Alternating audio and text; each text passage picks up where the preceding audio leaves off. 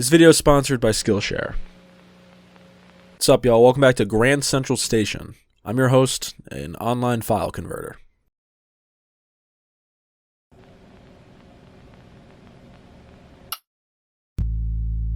Music has slowly become extremely important to me, affecting pretty much everything in my life to the extent that I monetize my thoughts on it. For an album to be considered life-changing, that piece of music must alter the way that I think or perceive the world. Many albums have reached this ranking, but only 5 will be presented today, in no particular order. This is not a list of my favorite albums of all time. This is a list of albums that have profoundly changed me as a person. Nor is this necessarily based on an album's quality, but how it affected me for the future. Number 5. Robert DeLong, In the Cards. Music was always just that. Music. Background music. The depth of exploration prior to this was very shallow. Something turned on in my head when I noticed I listened to the same 3 poppy electronic songs with the same image on YouTube. My thought process was, well, why not listen to the rest? Robert DeLong's In the Cards was the first album I ever listened to. This album made me want to explore what music is. It made me want to dive deeper into it as an art form, and start looking at it in the foreground instead of the background. Number 4. Brockhampton, Iridescence. I had followed Brockhampton's career when I heard Boogie for the first time off Saturation 3. I followed through their high highs and their very low lows. The twists and turns it took to create their 4th album, Iridescence, was so fascinating. I looked into more than just the final product. Brockhampton made the idea of music creation and the process of it so intoxicating. My love for music evolved from just the song to how it was made, and that desire to create it myself. This album showed me that music creation is just as, and if not more interesting than the final product. Number 3. Jack White, Boarding House Reach. Up to this point, besides some instruments, experimentation was not in my diet of music consumption. The album cover to Jack White's single, Connected by captured my attention, and that led to me highly anticipating his new album. Upon release, it was very divisive. I remember a record store employee berating the album and me when I placed it on the counter. Boarding House Reach was unlike any contemporary piece I had heard up until this point. Considering it was under the rock genre, this label could almost be seen as a mistake.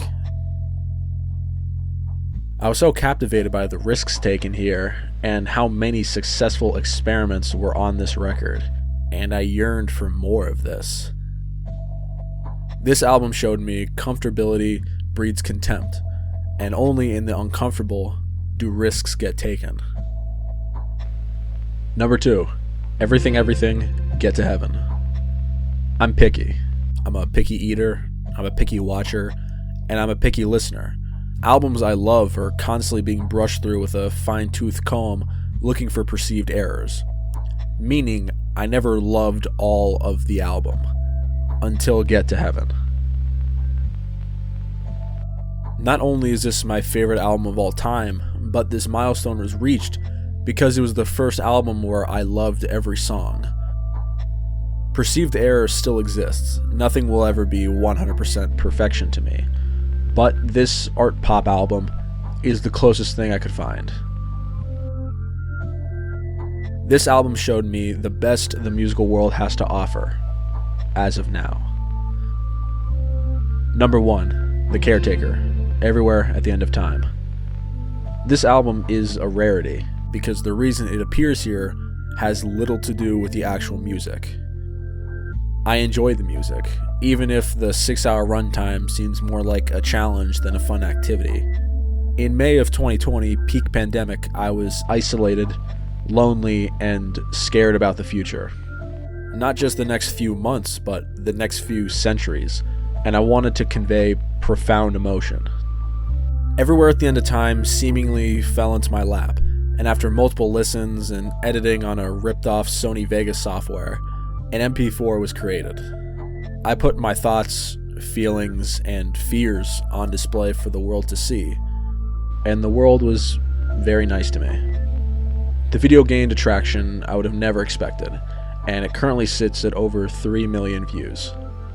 James Leland Kirby, having zero intention to, gave a kid a chance, even if I don't come back for the music. This album showed me being vulnerable to the world is okay, and a lot of other people probably feel the same way.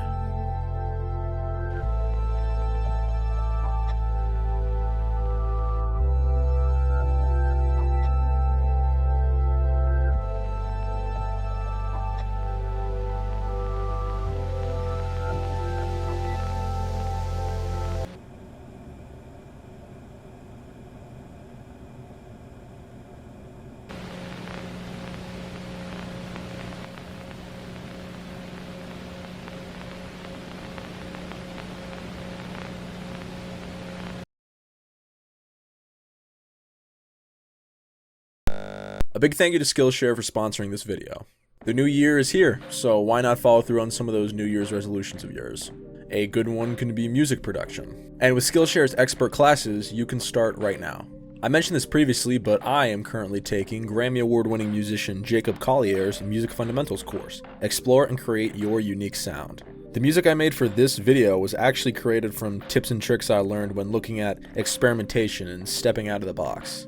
So if you'd like to check out his course and so many others, then click the link in the description for a 1-month free trial of Skillshare. It's never too late to learn new things, so grab this year by the horns and become a more fulfilled creative.